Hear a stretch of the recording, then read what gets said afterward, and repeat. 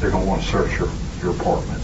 Yeah, I already signed a thing earlier saying they could. Okay. Kevin Underwood's murder trial, and now the jury must listen to the sickening details of Jamie Boland's last moment. I don't see remorse when I look at him, so no, I don't think he feels remorse.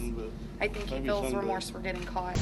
Yeah, I have a bag in the closet that has a bunch of like porn and sex toys and stuff in it. All the agencies involved, the district attorney, everybody done their jobs, and it all came out right. But even before the trial started, they realized whether Underwood gets the death penalty or not, they've lost him. In a race against time, Demise Row inmate Kevin Underwood faces his final 24 hours, vehemently denying the crimes that led him to this fate. The clock ticks as the truth hangs in the balance. Crime. In a chilling and horrifying incident, the community was left in shock when 10-year-old Jamie Rose Boland went missing, prompting authorities to issue an Amber Alert. Living in the same apartment complex, Kevin Underwood became a central figure in this tragedy when he was arrested on April 17, 2006. Underwood's apprehension unfolded a disturbing truth as he confessed to the FBI agents and Oklahoma detectives that he had not only slayed Jamie, but had also attempted to decapitate her. The words he spoke to the authorities were bone-chilling. "Go ahead and arrest me. She is in there. I chopped her up." This shocking admission led the investigators to his apartment, where they discovered Jamie's lifeless body concealed in a large plastic container hidden within his bedroom closet. Purcell Police Chief David Tompkins revealed the horrifying extent of Underwood's dark fantasies, which had culminated in this heinous act. His fantasies revolved around kidnapping, physical misconduct, torture, slaying, decapitation, corpse violation, and even cannibalism. It was a nightmarish sequence of events that defied comprehension. But even before the trial started, they realized whether Underwood gets the death penalty or not, they've lost him.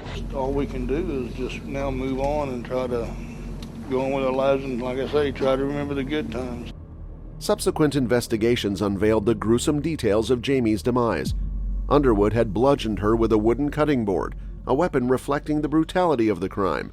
Upon searching his surroundings, authorities found disturbing tools like meat tenderizer and barbecue skewers, which suggested a horrifying intent to further desecrate the victim's body. The trial that followed concluded with Underwood's conviction for the brutal slaying of Jamie Boland. The evidence presented in the court painted a grim picture of the crime scene and Underwood's disturbing motives. The tragedy highlighted not only the loss of an innocent life, but also the depths of human depravity. Conviction and appeal. Following a harrowing trial, Kevin Underwood faced the consequences of his gruesome crime. The trial commenced on February 29, 2008, with the jury delivering a guilty verdict for first-degree slaying. The severity of the crime was underscored when on March 7, 2008, the jury recommended the ultimate penalty, demise. This grim recommendation was endorsed by McLean County District Judge Candace Blaylock on April 3, 2008, cementing Underwood's fate.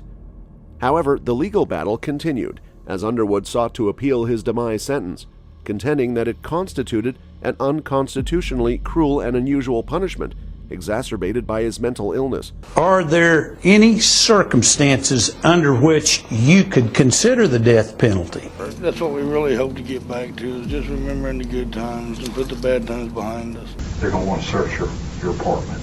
Yeah, I already signed a thing earlier saying they could. Okay.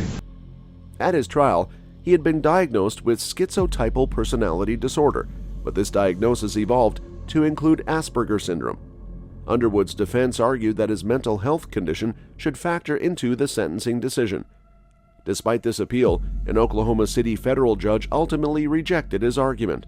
The court ruled against the notion that his mental health condition mitigated the severity of the crime to a degree that would invalidate the demise sentence. The decision highlighted the complexities of the case, wherein the brutality of the crime was juxtaposed with the defendant's mental health issues. The conclusion of this legal battle marked a poignant moment in the pursuit of justice for Jamie Boland's tragic demise.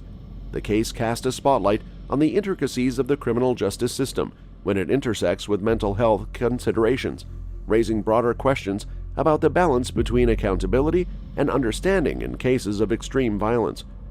Underwood's conviction and upheld sentence left an indelible mark on the legal landscape, prompting reflection on how society grapples with such heinous acts while acknowledging the complexities of the human mind. Last-ditch efforts. As the scheduling ending date of Kevin Underwood drew near, his legal team launched last-ditch efforts to halt his impending fate. Underwood, among the 25 demise row inmates on Oklahoma's ending list, faced the specter of demise on December 7, 2023. However, a twist emerged in this timeline. Attorney General Genter Drummond intervened, advocating for a postponement of Underwood's ending. Drummond's plea was based on a practical concern. He requested an extension of 60 days between endings, as opposed to the usual 30. Kevin Underwood's murder trial, and now the jury must listen to the sickening details of Jamie Boland's last moment. Very good lawyers. I would never want to get in trouble and have to go against them, trust me. And some people, their fantasies may go a little more violent. You know, some people, they might fantasize about handcuffing somebody and having sex. This was aimed at relieving the strain on personnel within the Department of Corrections, a reminder of the intricate logistics involved in carrying out demise sentences. Underwood's case highlighted the intricate legal and ethical considerations that surround endings. His scheduled ending, initially a certainty, was now put on hold as the legal machinery churned. The courtroom drama and the human lives at stake were a stark reminder of the ongoing debates around capital punishment, mental health, and the potential for human error within the justice system. As Underwood navigated the complex web of legal maneuvers, his fate remained uncertain. The postponement was a temporary reprieve, allowing for further deliberations, appeals, and assessments of his case. Meanwhile, the DOC and other entities involved grappled with the practical challenges of ending protocols and the emotional toll they carried. The case of Kevin Underwood was not merely about a single individual's actions. It illuminated broader questions about the role of the state in determining life and demise, the intricacies of mental health diagnoses within the criminal justice system, and the emotional burden placed on those tasked with executing court orders. The delays in his ending were emblematic of the nuanced, evolving nature of capital punishment, highlighting the ongoing struggle between justice, ethics, and humanity. As Underwood awaited a new ending date, the legal battles and moral debates continued to cast a spotlight on the complexities of the demise penalty in modern society. The unwavering denial. Amidst the impending ending of Kevin Underwood, a notable aspect of his case has been his unwavering denial of the crimes for which he was convicted. Facing the scheduled ending on December 7, 2023, Underwood's consistent assertion of innocence added a layer of complexity to an already contentious legal and moral situation.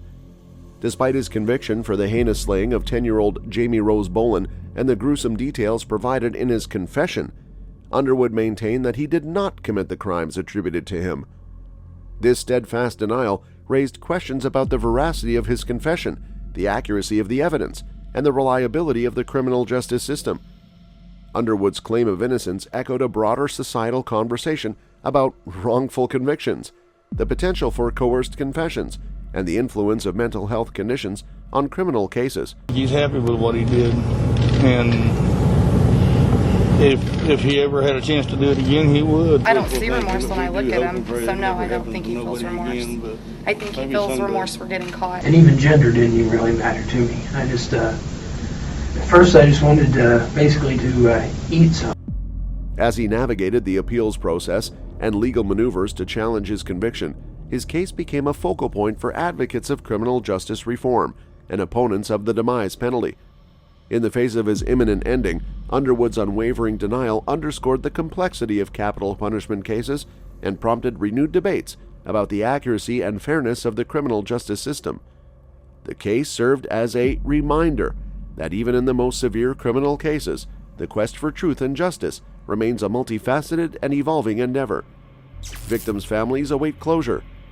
As the ending date of Kevin Underwood draws near, the families of his victims, particularly that of 10-year-old Jamie Rose Boland, await a sense of closure and justice for the heinous crimes committed.